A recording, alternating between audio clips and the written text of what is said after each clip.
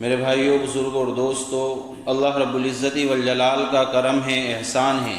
کہ اللہ رب العزت والجلال نے ہم سب کو ایمان کی دولت سے نوازا ہے کہ ایمان کا مل جانا ہی، مسلمان ہونا ہی، یہ بہت بڑی نعمت ہے۔ اس کا ہم اندازہ نہیں لگا سکتے کہ یہ کتنی بڑی نعمت ہے کہ دنیا کے اندر جو صرف جھوٹ کا مسلمان ہے، صرف نام کا مسلمان ہے، کل قیامت کے دن اللہ رب العزت والجلال اس جھوٹ موٹ کے مسلمان کو وہ انعامات اور وہ نعمتیں عطا فرمائیں گے کہ کافر اور مشرک دیکھ کر کے تمنا کرنے لگیں گے کہ کاش کہ ہم بھی دنیا میں جھوٹ موٹ کے مسلمان ہوتے۔ اللہ رب العزت والجلال اتنی نعمتیں عطا فرمائیں گے۔ اب یہ اللہ کی مرضی پر موقوف ہے، اللہ چاہے تو سزا دینے کے بعد عطا فرمائے اور چاہے تو بغیر سزا کے عطا فرمائے، لیکن اسلام کا مل جانا ہی، مسلمان ہونا ہی، یہ بہت بڑی نعمت ہے، بہت بڑی نعمت۔ میں تو ہمیں ایمان ملا ہے، تو ایمان لانے کے بعد سب سے بڑی جو ذمہ داری ہمارے اوپر عائد ہوتی ہے، نافذ ہوتی ہے، وہ یہ ہوتی ہے کہ اللہ ہی کی ذات پر ہمیں یقین ہونا چاہیے، اللہ ہی کی ذات پر ہمیں بھروسہ ہونا چاہیے، اسی کی ذات پر ہمیں یقین اور بھروسہ ہونا چاہیے، توکل اللہ کی ذات پر ہونا چاہیے۔ ایک غزوہ سے واپسی کے وقت میں آپ علیہ السلام اور آپ کے ساتھ میں آپ کے صحابہ ہے، غزوہ نجد سے واپسی کے وقت میں تو آپ ایک میدان میں اترے، چونکہ دوپہر کا وقت تھا اور حضور علیہ السلام کا جو ارادہ تھا وہ تھوڑی دیر آرام کرنے کا تھا، تو نبی کریم علیہ السلام ایک میدان میں اترے، صحابہ آپ کے لیے سائیدار درخت تلاش کرنے لگے کہ اللہ کے نبی علیہ السلام کے لیے سائیدار درخت تلاش کر کے آپ کا بستر لگا دیا جائے، جس کے نتیجے میں آپ جو ہیں آرام فرما لیں۔ چنانچہ ایک سائیدار درخت کے نیچے آپ علیہ السلام کا بستر لگا دیا گیا، آپ آرام کرنے کے لیے لیٹ گئے اور اپنی تلوار درخت کی شاخ پر ٹانگ دی، ٹہنی پر ٹانگ دی، اور صحابہ وہ بھی سائے کی تلاش میں ذرا دور آپ علیہ السلام سے چلے گئے۔ اب آپ علیہ السلام لیٹے، آنکھ لگ گئی، اب ایک صاحب آئے، ایک مشرک آئے اور آپ علیہ السلام کی تلوار لی اور آپ علیہ السلام پر سوت لی اور کہا کہ محمد من یمنعک منی، کہ آپ کو مجھ سے کون بچائے گا۔ اللہ کے نبی علیہ السلام کی آنکھ کھلی، آپ علیہ السلام بیٹھے اور آپ نے بالکل اطمینان کے ساتھ میں یہ جواب دیا، اللہ مجھے بچائے گا۔ تو روایت کے اندر آتا ہے جب آپ علیہ السلام نے اس اطمینان کے ساتھ جواب دیا، اس نے اس اطمینان کو دیکھا، اس بھروسے کو دیکھا اور اس یقین کو دیکھا تو اس پر لرزہ طاری ہو گیا اور اس کے ہاتھ کانپنے لگے، جس کے نتیجے میں تلوار زمین پر گر گئی۔ اللہ کے نبی علیہ السلام نے تلوار اٹھائی اور آپ علیہ السلام نے اس سے معلوم کیا کہ بتا اب تجھے مجھ سے کون بچائے گا، من یمنعک منی، تو وہ کہنے لگا مجھے تو آپ ہی بچائیں گے۔ تو میں یہ یقین ہونا چاہیے کہ وہی وحدہ لا شریک لہ کی ذات ہے جو ان سب حالات سے ہمیں نکالنے والی ذات ہے۔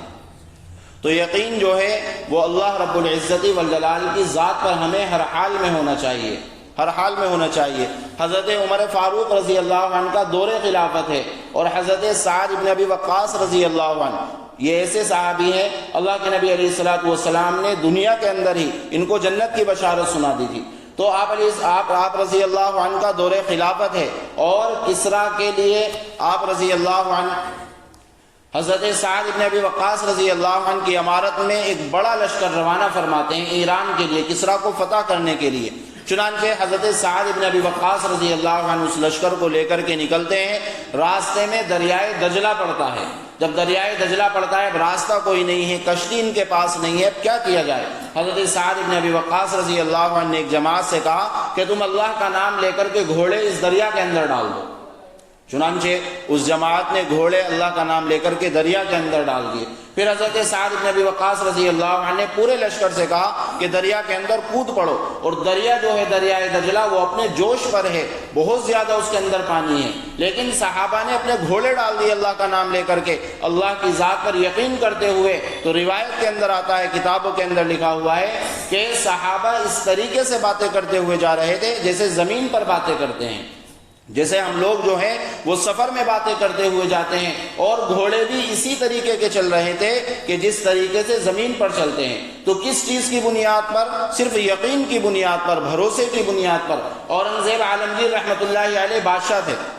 جب وہ بادشاہ تھے تو ایک صوبے کے نواب صاحب کا انتقال ہو گیا، جب انتقال ہوا تو اب لوگ جو ہیں وہ کرسی کے چکر میں لگے ہوئے ہیں کہ ان کو بٹھا دیا جائے، ان کو نواب بنا دیا جائے، ان کو نواب بنا دیا جائے۔ لیکن وزیر جو تھا ان نواب صاحب کا جن کا انتقال ہوا، اس کا جو وزیر تھا اس نے یہ چاہا کہ نواب صاحب کا چونکہ چھوٹا بیٹا ہے، میرا ارادہ یہ ہے میں چاہتا ہوں اسی کو اس کرسی پر بٹھا دیا جائے۔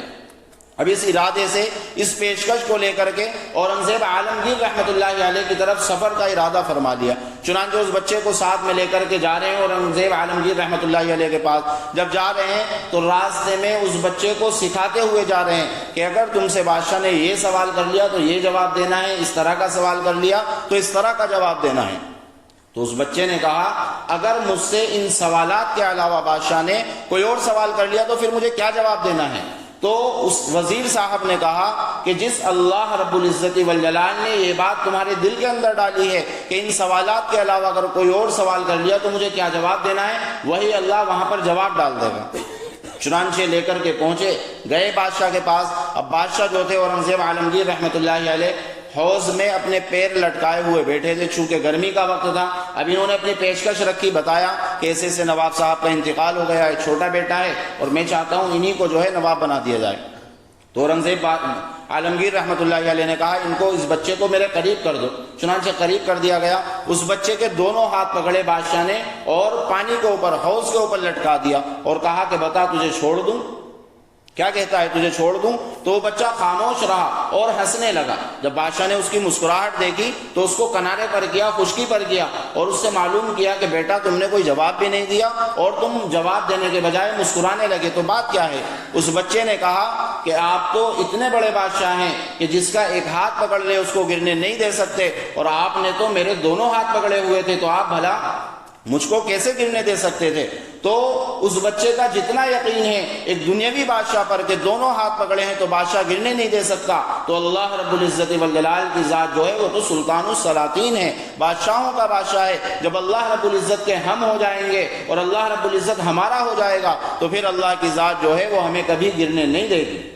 تو بھروسہ اللہ رب العزت والجلال کی ذات پر ہونا چاہیے۔ اسی طریقے سے ایمان، اور دوسرے نمبر پر اللہ کی ذات پر بھروسہ، اور تیسرے نمبر پر اپنی خواہشات کو، اپنے جذبات کو وہ دین کے لیے قربان کرنا۔ یہ بھی ہماری ذمہ داری ہے کہ ہم اپنی خواہشات کو، اپنے جذبات کو دین کے لیے قربان کر دیں۔ ہم جہاں دیکھیں کہ دین اور دنیا کا ٹکراؤ ہو رہا ہے، قرآن کریم کی بھی آیت ہے کہ جب تم دیکھو دین اور دنیا کا ٹکراؤ ہو تو تم دنیا کو چھوڑ دو، دین کو مقدم رکھو۔ تو اپنے جذبات کو، اپنی خواہشات کو اسلام کے لیے قربان کرنا۔ اسلام جو ہے اپنی خواہشات پر، اپنے جذبات پر عمل کرنے کا نام نہیں ہے، بلکہ اسلام جو ہے وہ اپنی خواہشات کو، اپنے جذبات کو قربان کر دینے کا نام ہے۔ ہم صحابہ کو دیکھیں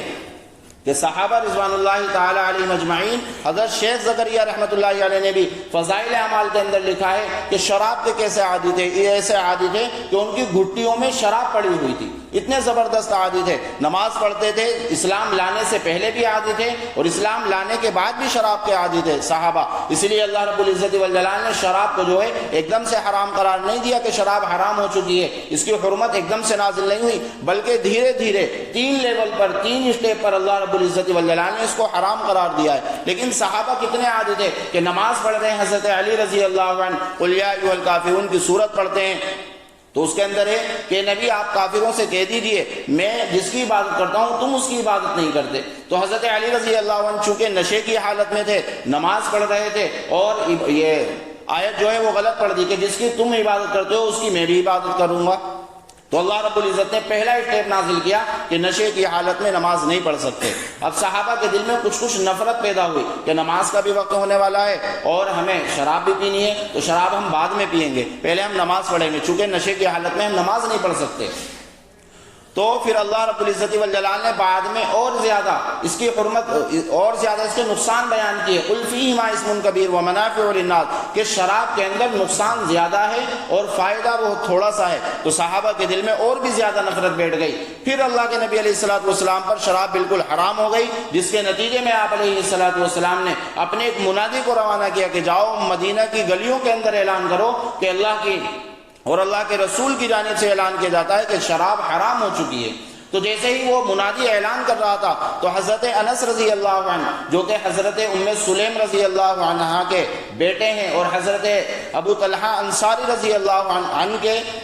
سوتیلے بیٹے ہیں، تو یہ فرماتے ہیں کہ ہمارے گھر پر مہمان آئے ہوئے تھے اور میں نے مٹکے میں سے جو پرانے مشکیزوں کے اندر شراب رکھی ہوئی تھی وہ شراب پیش کی۔ جب میں نے شراب پیش کی تو وہ شراب پینے والے تھے مہمان جو تھے ہمارے، لیکن وہ جیسے ہی کان میں آواز پڑی اللہ کے منادی نے کہا کہ شراب کی حرمت نازل ہو چکی ہے، تو وہ جام جو تھے ہونٹ پر لگنے والے تھے وہیں سے نیچے رکھ دیے، وہیں سے پیچھے چھوڑ دیے۔ تو ہم دیکھیں میرے صحابہ فرماتے ہیں کتابوں کے اندر لکھا ہوا ہے کہ مدینہ کی گلیوں کے اندر شراب اس طرح بہ رہی تھی جیسے برسات میں پانی گندا ہو کر کے بہتا ہے، اس طریقے سے شراب بہ رہی تھی۔ لوگوں نے اپنے مشکیزوں کے اندر نیچے سے سوراخ کر دیے، تو اپنی عادت کو بھی ختم کر دیا اور اپنے جذبات کو بھی قربان کر دیا۔ اسی طریقے سے اسلام لانے سے پہلے بھی اور اسلام لانے کے بعد بھی صحابہ کے درمیان جیسے بینکنگ نظام آج سود کا پایا جاتا ہے، یہی نظام پایا جاتا تھا، لیکن جیسے ہی اللہ رب العزت والجلال نے کہہ دیا یا ایھا الذین آمنوا لا تأکلوا الربا اضعافا مضاعفا کہ بڑا چڑھا کر کے مت کھاؤ، بڑا چڑھا کر کے مت دو نہ لو، تو صحابہ نے چھوڑ دیا۔ کئی لاکھ روپیہ، کروڑ روپیہ صحابہ کا پڑا ہوا تھا اور بعض صحابہ نے تو اپنا اصل ہی مال معاف کر دیا لوگوں پر۔ یہ ہے جذبات کی قربانی۔ جب آدمی قربانی دیتا ہے تو اللہ رب العزت والجلال اس کو مقام عطا کرتے ہیں، بلندی عطا کرتے ہیں۔ حضرت اویس قرنی رحمۃ اللہ علیہ، آپ علیہ الصلوۃ والسلام کا دور پایا، آپ کا زمانہ پایا، آپ علیہ الصلوۃ والسلام کو خط لکھتے ہیں کہ یا رسول اللہ میں آپ کے پاس آنا چاہتا ہوں، میرا دل چاہتا ہے آپ کی زیارت کروں، میں بھی چاہتا ہوں مجھے صحابی کا لیول ملے، لیکن میری والدہ ہیں جو کمزور ہے، ضعیف ہے، بوڑھی ہے اور بیمار رہتی ہے، بتائیے آپ میں کیا کروں؟ آپ کی خدمت اقدس میں حاضر ہوں یا والدہ کی خدمت کروں؟ تو اللہ کے نبی علیہ الصلوۃ والسلام نے خط کے جواب میں لکھوایا کہ اویس تمہیں آنے کی ضرورت نہیں ہے بلکہ تم اپنی والدہ کی خدمت کرو، جبکہ صحابی کا لیول مل جاتا، لیکن آپ نے فرمایا کہ صحابی کے لیول کی کوئی ضرورت نہیں ہے، تم اپنی والدہ کی خدمت کرو۔ تو اللہ کے لیے اپنے جذبات کو قربان کیا۔ ایک مسلمان یہ چاہتا ہے کہ اپنا جان، اپنا مال، اپنی ساری کی ساری چیزیں قربان کر کے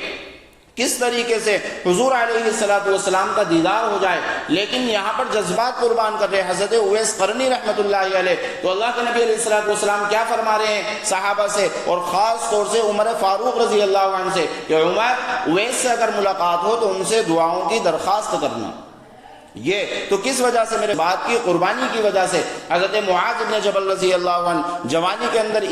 اسلام کے اندر داخل ہوئے اور ہمیشہ آپ علیہ الصلوۃ والسلام سے چمٹے رہا کرتے تھے۔ ایک دن آپ علیہ الصلوۃ والسلام نے بلایا اور کہا کہ معاذ میں تم کو یمن کا گورنر بناتا ہوں۔ حضرت معاذ رضی اللہ عنہ کا جو چہرہ تھا وہ لٹک گیا اور بہت زیادہ آپ تکلیف محسوس کرنے لگے۔ جب لوگوں نے دیکھا کہ ابھی تو بہت حشاش اور بشاش چہرہ تھا لیکن اب جو ہے غمگین والے اثرات ان کے چہرے سے نظر آ رہے ہیں، تو حضرت معاذ رضی اللہ عنہ کے پاس گئے لوگ، کہا کہ تمہارے لیے تو بڑی اچھی بات ہے کہ تم کو یمن کی گورنری مل رہی ہے۔ حضرت معاذ رضی اللہ عنہ نے کہا کہ لوگوں میں اقتدار میں حکومت نہیں چاہتا، میں گورنری نہیں چاہتا ہوں۔ پھر حضرت معاذ رضی اللہ عنہ وہاں سے اٹھ کر کے گھر گئے، گھر سے آئے اور آ کر کے آپ علیہ الصلوۃ والسلام سے کہا کہ یا رسول اللہ میں یمن جانے کے لیے تیار ہوں۔ تو لوگوں نے پکڑا، لوگوں نے کہا بھی تو آپ نے بڑی لمبی چوڑی تقریر کی کہ میں اقتدار نہیں چاہتا، میں حکومت نہیں چاہتا، میں گورنری نہیں چاہتا، میں یمن جانا نہیں چاہتا ہوں، اور اب آپ کہہ رہے ہیں کہ میں جانے کے لیے تیار ہوں، تو کیا وجہ ہے؟ حضرت معاذ بن جبل رضی اللہ عنہ نے کہا کہ لوگوں میرے سامنے قرآن کریم کی آیت یہ آ گئی کہ جب اللہ کا اور اس کے رسول کا کوئی حکم آ جائے امرا فیکون لهم الخیرۃ من امرہم، تو تمہاری نفسانی خواہشات کی، تمہارے جذبات کی، تمہاری تمناؤں کی اور تمہاری آرزوؤں کی کوئی حیثیت نہیں ہے۔ تو اس وجہ سے میں جانا چاہتا ہوں۔ ہم دین کے لیے جتنے زیادہ قربانی، جتنی زیادہ جذبات کی قربانی دیں گے، چونکہ قربانی جو ہوتی ہے وہ تین طرح کی ہوتی ہے، ایک تو جان کی قربانی ہوتی ہے، ایک مال کی قربانی ہوتی ہے اور تیسرے نمبر پر جذبات کی قربانی، اور یہی قربانی سب سے بڑی ہوئی ہے، جذبات کی قربانی۔ تو جتنی زیادہ ہم دین کے لیے اور دینی محنت اور خدمت کے لیے، دینی تقاضوں کے لیے قربانیاں دیتے رہیں گے، اللہ رب العزت والجلال اتنا ہی ہمیں مقام عطا فرماتے رہیں گے۔ دیکھیں